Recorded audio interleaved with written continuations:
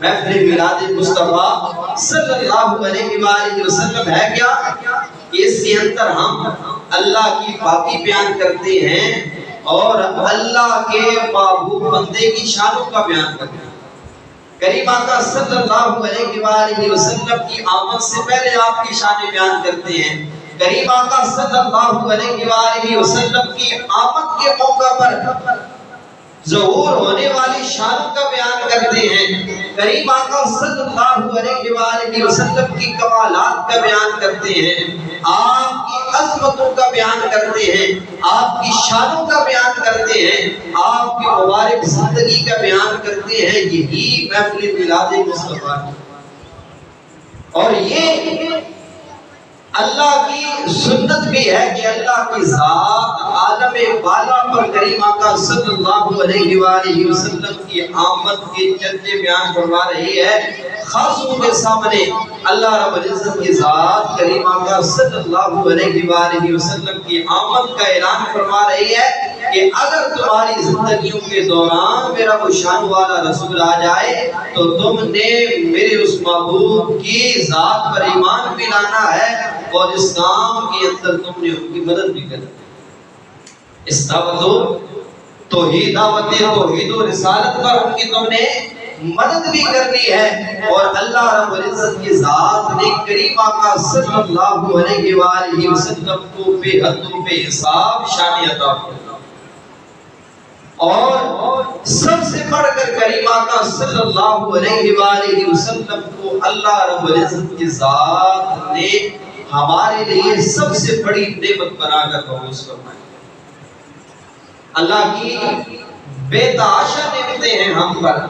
ہر لمحہ ہماری زندگی کا گزرنے والا یہ اللہ کی نعمت ہے۔ ہم سانس لے رہے ہیں، اندر جا رہا ہے، باہر آ رہا ہے، یہ بھی اللہ کی نعمت ہے۔ ہم اپنی آنکھوں کی پلکیں جھپک رہے ہیں، یہ بھی اللہ کی نعمت ہے۔ ہمارے منہ کے اندر بننے والا لعاب دہن، یہ بھی اللہ کی نعمت ہے۔ ہر عضو کے اندر دوڑنے والا خون، یہ بھی اللہ کی نعمت ہے۔ ہمارا ہر عضو اللہ کی نعمت ہے، جو کھا رہے ہیں، جو پی رہے ہیں، جو زندگی کے اندر استعمال کر رہے ہیں، ہر نعمت اللہ کی دی ہوئی ہے اور ہر نعمت پر اپنے رب کا شکر بجا رہا ہے۔ وَإِن تَعُدُّوا نِعْمَتَ اللَّهِ لَا تُحْصُوهَا، اگر تم اپنے رب کی نعمتوں کو شمار کرنا چاہو تو شمار نہیں کر سکتے۔ اپنے رب کی نعمتوں کو اگر ہم گننا چاہیں تو ہم گن نہیں سکتے اپنے رب کی نعمتوں کو۔ اور اللہ رب العزت کی ذات نے ارشاد فرمایا لَئِن شَكَرْتُمْ لَأَزِيدَنَّكُمْ، اگر تم ان نعمتوں پر میرا شکر بجا لاؤ گے میں تمہیں مزید عطا کروں گا، میں تمہیں مزید عطا کروں گا۔ اور اللہ رب العزت کی ذات نے ہر طرح کی نعمتیں عطا فرمائی، لیکن کسی نعمت پر احسان نہیں جتلایا، کسی نعمت پر احسان نہیں جتلایا۔ لیکن جب باری آئی کریم آقا صلی اللہ علیہ وآلہ وسلم کی تو اللہ رب العزت کی ذات نے پھر فرمایا، کہہ دیجیے سبحان اللہ۔ اللہ کا قرآن پڑھیں کہ اللہ کی ذات نے کیا فرمایا۔ اللہ رب العزت کی ذات نے ہر طرح کی نعمتیں عطا فرمائی، لیکن احسان نے جتلایا۔ صرف اتنا کہا کہ اگر میری نعمتوں کو استعمال کرو گے، میری نعمتوں کو استعمال کر کے میرا شکر بجا لاؤ گے، میں نعمتیں مزید عطا کروں گا۔ اور بندہ مومن کے لیے ضروری ہے کہ ہر نعمت پر اپنے رب کا کروڑہا مرتبہ شکر ادا کرے کہ مالک تیرا شکر ہے، میں تو اس قابل نہ تھا کہ تیری نعمتوں کو استعمال کرتا۔ مالک میری تو حالت یہ ہے کہ میرے گناہ اتنے زیادہ ہے کہ مجھ پر تو یہ چاہیے تھا کہ اگلے دن آنے والا سورج طلوع نہ ہوتا، لیکن مالک تیرا کرم ہے، مجھ سے کسی نعمت کو روکا نہیں۔ مالک تیرا شکر ہے کہ تو نے ہمیں اتنی نعمتیں عطا فرمائی، لیکن کسی نعمت پر بھی احسان نہیں جتلایا۔ لیکن جب باری آئی آمنہ کے لال کی تو اللہ رب العزت کی ذات نے ارشاد فرمایا کہ لَقَدْ مَنَّ اللَّهُ عَلَى الْمُؤْمِنِينَ إِذْ بَعَثَ فِيهِمْ رَسُولًا۔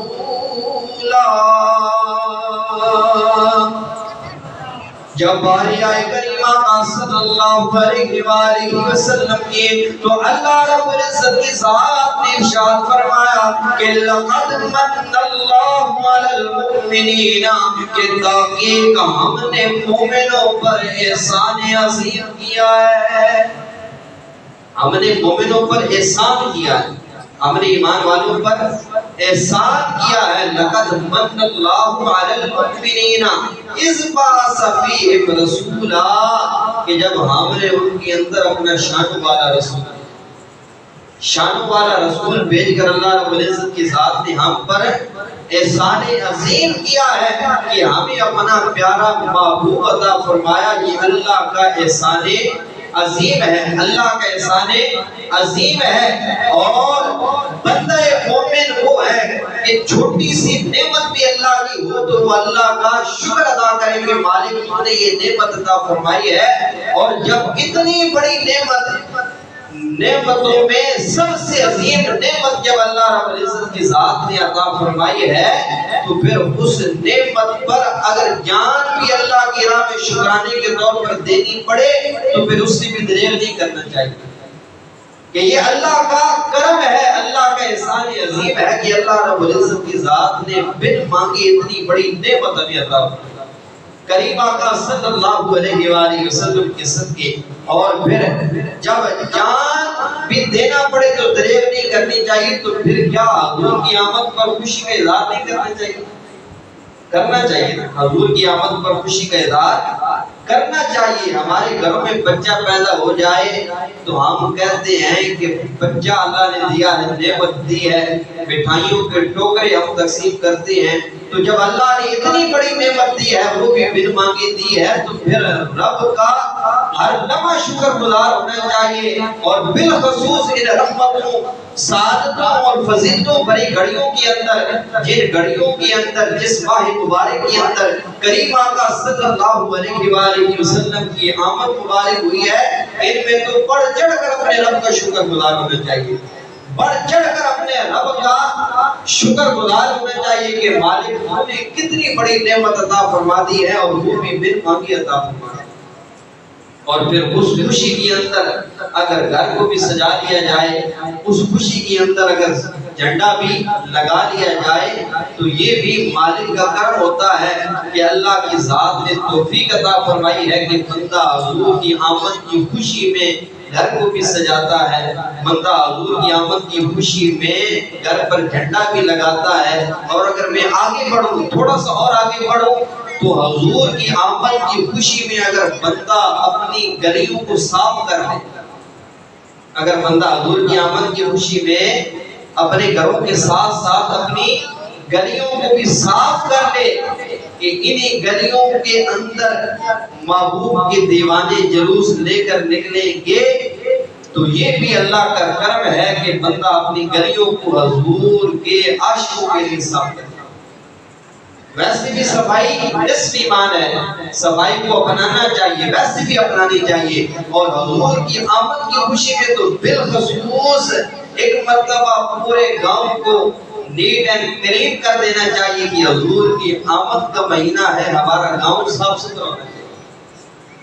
تو ہمیں حضور کا سچا غلام بننا چاہیے، ہمیں میلاد بھی منانی چاہیے اور سیرت بھی اپنانی چاہیے، ہمیں حضور کی سیرت بھی اپنانی چاہیے۔ تمام معاملات کے اندر جہاں ہم میلاد مناتے ہیں وہاں ہمیں اس بات کو بھی دیکھنا چاہیے کہ جس مقصد کے لیے کریم آقا صلی اللہ علیہ وآلہ وسلم تشریف لائے، ہمیں اس مقصد کو نہیں بھولنا چاہیے، اس مقصد کو اپنانا چاہیے، اس مقصد کو اپنا کر کریم آقا صلی اللہ علیہ وآلہ وسلم کا حقیقی غلام بن کر زندگی گزارنی چاہیے، تاکہ کل بروز محشر جب کریم آقا صلی اللہ علیہ وآلہ وسلم کی بارگاہ میں حاضر ہو تو کریم آقا صلی اللہ علیہ وآلہ وسلم کی ذات بابرکت مسکرا کر فرمائے کہ ہمارا امتی ہماری بارگاہ میں آیا۔ حضور مسکرا کر کہیں کہ میرا غلام میری بارگاہ میں آیا، تو ہمیں حضور کا حقیقی غلام بننا چاہیے. حضور کی آمد کی خوشی میں گھر کو بھی سجانا چاہیے, حضور کی آمد کی خوشی میں جھنڈا بھی لگانا چاہیے, حضور کی آمد کی خوشی میں اپنے گاؤں کو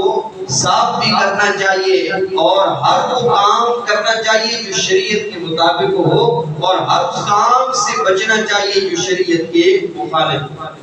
ہر اس کام سے بچنا چاہیے تاکہ اللہ رب العزت کی ذات